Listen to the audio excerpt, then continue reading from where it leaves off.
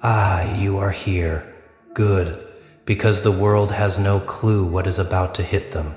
You feel it, don't you? That strange quiet that follows erasure. That hollowed out silence where your name used to echo, where your presence once took up space and then suddenly didn't. They thought you were gone, filed away, archived, labeled irrelevant, unstable, expired, a ghost file. Phantom 404, a beautifully broken, digitally erased, spiritually untraceable masterpiece they assumed would never reload. You remember the moment it happened, not the loud one, the quiet one, the day the messages stopped coming, the day your absence went unnoticed, the day you realized people could talk about you in the past tense while you were still breathing. That's when they hit delete. Not with ceremony, not with cruelty they'd admit to, just neglect, just dismissal, just the casual certainty that you no longer mattered, and you let it happen. Not because you were weak, but because something inside you knew that being erased was the only way to stop being edited. They always treated you like a glitch, too perceptive, too intense, too aware of patterns nobody wanted named. You saw inconsistencies where others saw comfort. You asked questions that made rooms go quiet. You felt things deeply in a world addicted to numbness, and they called that instability. They called it overthinking. They told you to calm down, to be normal, to stop reading between the lines. But you weren't reading between the lines. You were reading the code. So they tried to smooth you out, sand down your edges, repackage you into something easier to digest. And when that didn't work, when you refused to shrink into something harmless, they decided it would be easier to pretend you were never real at all. That's the part nobody talks about, how erasure isn't always loud. Sometimes it's just a slow removal of access. Invitations stop. Opinions stop being asked for. Your name stops being said with respect and starts being said with doubt. You become a cautionary tale, a what happened to them, whispered like a warning. And in that silence you disappeared. But disappearance is not the same as defeat. While they were busy moving on, you were dismantling. You took yourself apart piece by piece, not gently, not romantically, but honestly. You looked at every version of yourself that had been built for approval, every habit formed to survive other people's expectations, every apology you gave for simply existing, and you deleted them yourself. That's what they'll never understand. They think you vanished because you couldn't handle it. You vanished because you finally could. Isolation became your forge. No validation, no one clapping, no one correcting you, no one projecting their fear onto your potential. Just you and the raw truth of who you were without witnesses. It was uncomfortable, it was lonely, it was necessary. Silence stopped being empty. It became heavy, dense, gravitational. In that quiet, you rewrote the code. You learned how to sit with your thoughts without asking permission to have them. You learned the difference between being kind and being accessible. Between empathy and self-erasure, you stopped explaining yourself to people committed to misunderstanding you. You stopped performing relatability. You stopped trying to be legible to systems that only rewarded obedience. And slowly, something irreversible happened. The old version of you, compliant, hopeful, overextended, expired, not tragically cleanly. What replaced it wasn't rage, it wasn't revenge, it wasn't a louder version of the same pain. It was clarity. You came back different, not dramatic, not chaotic, quieter than before, but heavier somehow, like the room noticed before people did. Like conversations shifted when you entered. Like your presence carried weight without asking for attention. That's when they started to feel it. The ones who dismissed you began to hesitate. The ones who laughed grew uncomfortable. They couldn't articulate why. You weren't doing anything wrong. You weren't confronting anyone. You weren't explaining, you weren't demanding accountability. You were just no longer available to be shaped. And that unsettles people more than anger ever could. They try to place you back into the old narrative.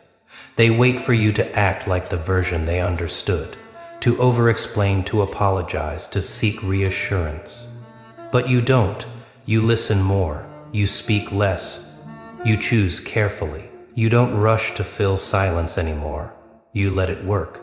They sense it, that they've lost access, that whatever leverage they thought they had is gone, that the system they benefited from no longer includes you. And suddenly, the same traits they tried to erase feel threatening.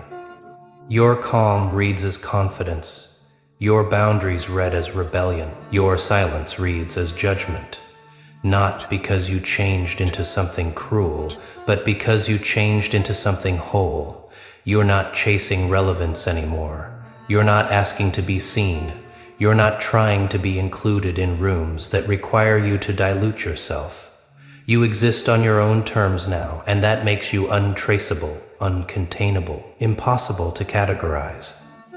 They keep looking for the version of you they deleted, the one they could predict, the one who needed their approval to function. But that file no longer exists. What stands here now is not a comeback. It's an update they didn't authorize, an evolution that didn't ask for consensus. You're not here to prove anything. You're here because you survived your own erasure and realized something most people never do. Being written off was the most honest thing that ever happened to you. It freed you from expectations you never agreed to, from roles you were forced into, from narratives that required your silence to function when they stopped watching. You stopped pawning. You stopped reaching. When they stopped seeing you, you finally saw yourself clearly. And now they don't know what to do with you. You don't react the way you used to. You don't seek closure. You don't correct false assumptions. You let people believe whatever version helps them sleep at night, because you know something they don't. You don't need to be understood to be powerful. Your presence carries the truth without explanation. Your consistency dismantles lies without confrontation. Your peace exposes chaos without naming it. And that's why the world feels different around you now. Not louder, not violent, just altered. This is only the first phase. The moment after deletion, the quiet recognition that you are no longer part of the old system, and never will be again. You didn't become dangerous. You didn't become cold. You didn't become something unnatural. You became free. And the story doesn't end here. You feel it now, don't you? The space you occupy has changed. Not louder, not sharper, heavier, like gravity recalibrated the moment you stopped asking to be acknowledged. This is the part they don't understand, because they still think power announces itself. They still think transformation needs witnesses. They still believe becoming something requires permission. You learned otherwise. After you vanished from their sight, you didn't rush to reappear. You didn't post your healing. You didn't narrate your growth. You didn't perform resilience for applause. You stayed quiet long enough for the noise inside you to finally settle. And in that stillness, you noticed how much of your old self had been built around response, reacting, explaining, soothing discomfort that wasn't yours to carry. That version couldn't survive where you were headed, so you let it dissolve. You stopped answering questions that were really just attempts to regain access. You stopped reopening wounds just to make others feel less guilty. You stopped translating your boundaries into softer language, and that's when something subtle but permanent shifted. You realized clarity doesn't need to be kind to be ethical. Silence doesn't need to be loud to be decisive. People felt that immediately. Not because you confronted them, but because you didn't. They noticed you no longer rushed to fill pauses, that you didn't overcorrect misunderstandings, that you didn't chase reassurance. Conversations started to feel one-sided, like they were talking into a mirror that no longer reflected back the version they expected. That unsettles people more than rejection ever could. Because rejection is clear, distance without explanation feels infinite. They started replaying old interactions, trying to locate the exact moment you slipped out of their control. They told themselves stories. You changed. You became cold. You got distant. You think you're better now. None of it quite fit, but they needed something to hold on to, because admitting the truth, that you simply outgrew the dynamic, would mean confronting their own stagnation, and most people would rather rewrite you than reassess themselves. You see it now, how many connections were built on your availability rather than mutual respect. How many people loved your empathy but resented your awareness. How often you were praised for being easy and punished the moment you became precise. You didn't lose anything real when you disappeared. You filtered isolation, taught you discipline. Not the harsh kind, the focused kind. The ability to sit with discomfort without needing to discharge it onto someone else. The ability to hold your ground without defending it. The ability to let others misunderstand you and still sleep at night. That's a rare skill, and it changed how you move. You're slower now, more intentional. You don't overshare. You don't rush intimacy. You observe how people respond to your boundaries before deciding whether to trust them. You let actions speak longer than words. You don't need to prove depth. You recognize it. That's why rooms shift when you enter. Not because you dominate them, because you don't need them.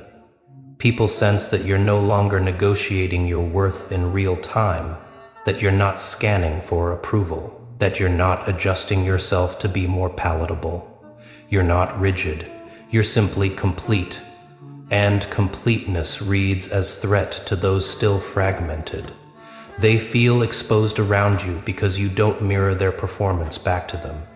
You don't validate the mask, you don't reward pretense with attention. You listen, but you hear more than they intend to reveal.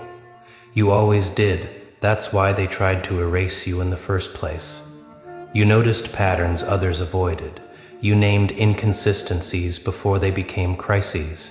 You felt shifts in energy before they showed up in language. And instead of being curious, people labeled you difficult, too intense, too much, unstable. It was easier to doubt your perception than confront their denial. So when you disappeared, they felt relief, temporary relief. The kind that comes from silencing a signal rather than fixing the system. They told themselves the problem was gone, but problems don't vanish when you ignore them. They compound. And now, as you stand here, calm, grounded, unexplainably different, they feel it. The echo of what they dismissed, the presence of what they tried to reduce. You're not demanding recognition, you're not seeking repair. You're simply intact. That's what makes it uncomfortable. You didn't come back asking to be reinserted into the old narrative. You didn't circle back for closure. You didn't request apologies. You let time do what arguments never could. Time revealed consistency. Time exposed contradictions. Time clarified who benefited from your silence. And while others scrambled to maintain appearances, you built something quieter and stronger. Self-trust, not arrogance. Not superiority, just an unshakable internal alignment that no longer bends under pressure. You stopped explaining yourself because you realized something essential. People who truly see you don't require translation. People who don't will only use your words against you, so you speak less. And when you do, it lands. They notice that too. Your words aren't rushed anymore. They're measured, sparse, deliberate. You don't argue to be right. You state and move on. You don't convince, you allow. And that subtle refusal to engage in power struggles dismantles them faster than confrontation ever did. Because now, if someone wants access, They have to meet you where you are, and many can't. They were comfortable with the version of you that overextended, the one who forgave prematurely, the one who kept the door open even when it hurt. That version made others feel powerful. This version makes them feel irrelevant. Not intentionally, not maliciously, inevitably. You're not playing the same game anymore. You don't chase narratives. You don't correct rumors. You don't defend your name in rooms you've already outgrown. You understand that truth doesn't need amplification when it's embodied consistently. And consistency has become your signature. Day after day, decision after decision, you choose alignment over approval, integrity over urgency, presence over performance. You don't broadcast growth. You live it. You don't announce boundaries. You enforce them quietly. That's why people hesitate now. They sense that whatever version of you they thought they knew is gone. That the rules they used to operate by no longer apply. That you're no longer reactive, no longer predictable, no longer available to be pulled into old dynamics. And unpredictability scares people who rely on control. But you're not chaotic, you're precise.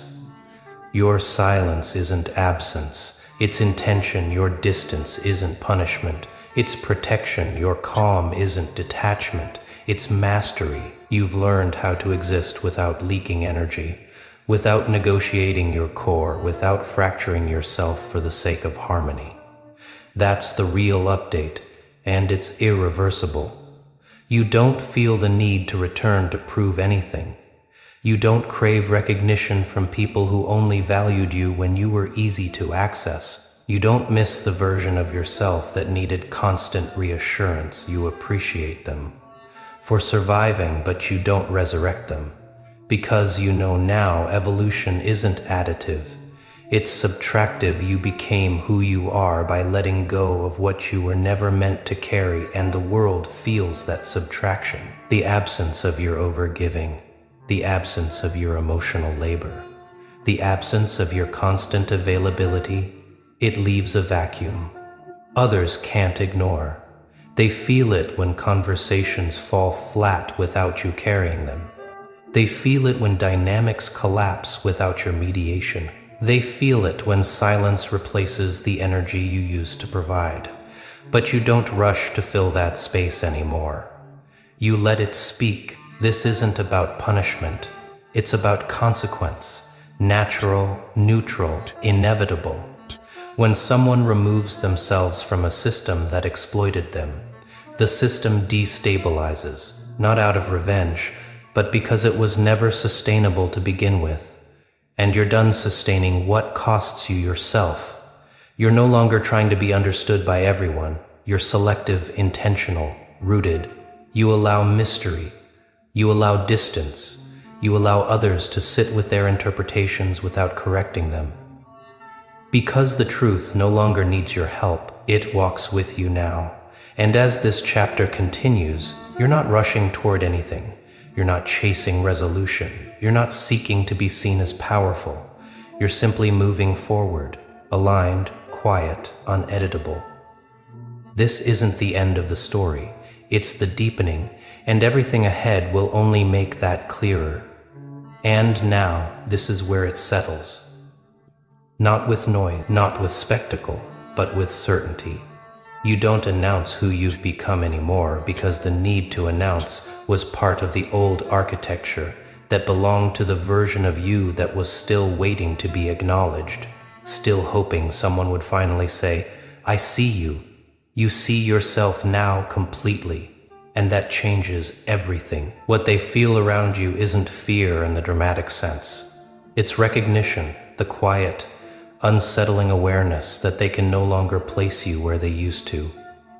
You don't fit into their categories. You don't respond to their scripts. You don't react on cue. You're not offended, not flattered, not hooked. You're free. Free from the urge to explain why you left. Free from the compulsion to soften your truth. Free from revisiting rooms that required you to shrink to be welcomed. You didn't harden, you refined. There's a difference. Hardness comes from closing off.